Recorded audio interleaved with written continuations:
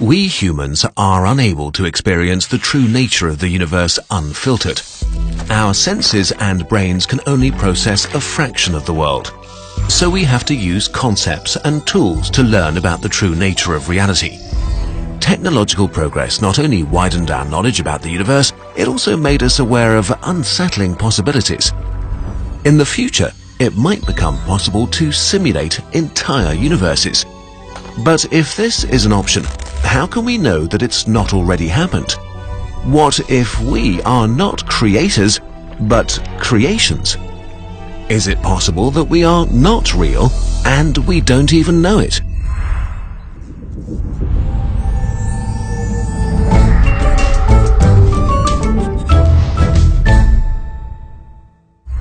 If our current understanding of physics is correct, then it's impossible to simulate the whole universe with its trillions and trillions of things. But we don't actually need to anyway.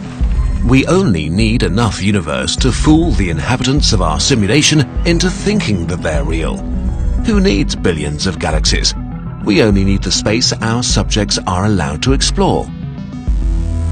The vast universe could just be a flat projection, and they would have no way to know. What about small things like cells or bacteria? We don't really need them. When you use a microscope, what you see could be instantly created. Same with atoms. The chair you're sitting on right now does not need to be simulated with quadrillions of atoms. We just need the outermost layer of it. It might be empty inside until you decide to break it open. Your body might feel like it's filled with bubbly things, but it might be empty until you open it. The minimum requirement for our simulation is only the consciousness of our virtual humans. Our subjects just need to think the simulation is real. Okay, so are we being simulated? Well, maybe, but there are a few conditions that need to be met. Obviously, we have no authority over this topic, so please take everything we say with a grain of salt. Based on a modified version of the original simulation argument by Nick Bostrom, we have 5 assumptions for you.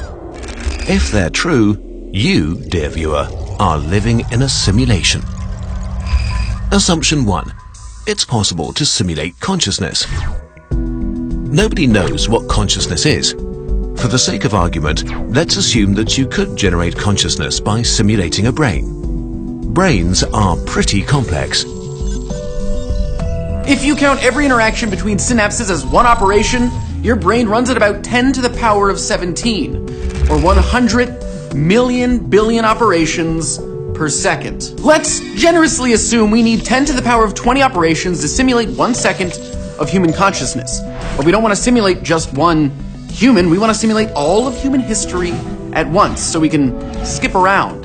Let's say we want to simulate 200 billion humans with an average lifespan of 50 years. 1 year has 30 million seconds, times 50 years, times 200 billion humans, times 10 to the power of 20 operations. So we need a computer able to handle 1,000,000 trillion operations per second. More operations than there are stars in the observable universe. A computer like this is just impossible. Except maybe it isn't. Assumption 2. Technological progress will not stop anytime soon. If we assume that technological progress continues in a similar fashion as it has so far, then there might be galaxy-spanning civilizations with unlimited computer power at some point. Beings on a technology level so advanced that we could barely distinguish them from gods. A computer that can handle 1,000,000 trillion operations is serious business, but there are actually concepts for computers which could handle this. The Matryoshka brain is a theoretical megastructure made up of billions of parts orbiting a star feeding on its radiation. A computer of this scale would have enough power to simulate many thousands, if not millions, of humanities at the same time. Other technologies, like high-end future quantum computers, might lower the size drastically, so it might be possible to do this with a structure the size of a large city, or even smaller. But only if there's still someone around to build the computer.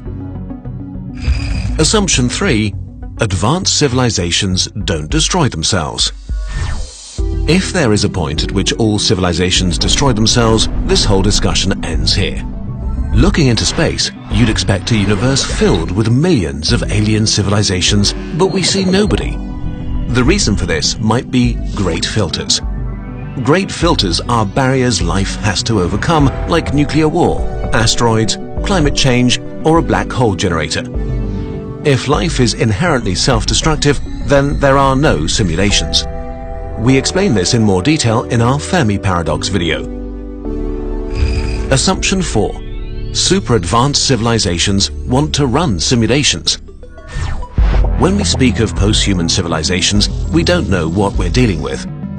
To think we know what beings as powerful as gods want is pretty arrogant. Imagine the smartest ant on Earth living next to an amusement park. It's curious about what humans are up to, so you try to explain. Unfortunately, the ant just doesn't understand. The concept of roller coasters and standing in lines and holidays and fun doesn't make sense to an ant living an ant life.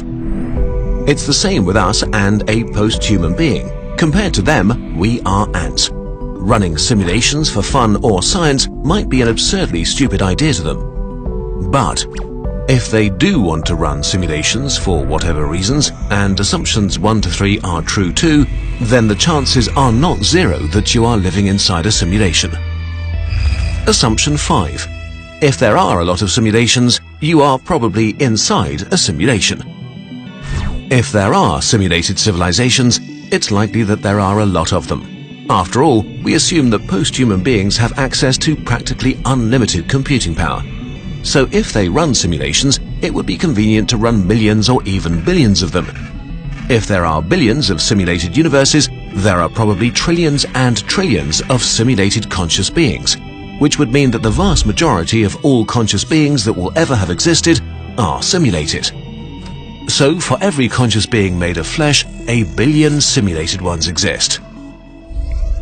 Since we have no way of knowing if we are simulated or not, in this case, the chances of you being one of the 999,999,999 simulated ones are pretty high. So what you consider reality might not be real at all.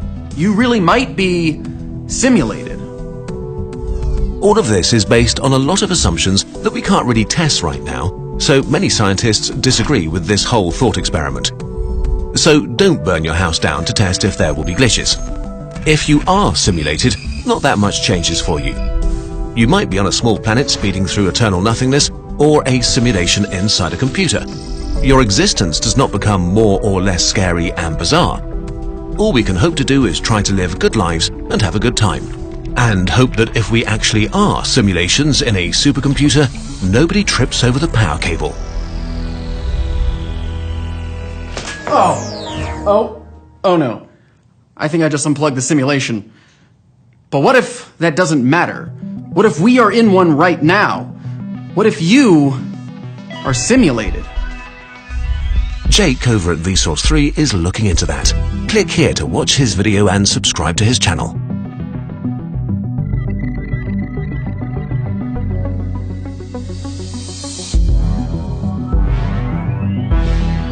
Why are you still here? Go over to Vsauce 3, watch the video and subscribe. We promise it's worth your time.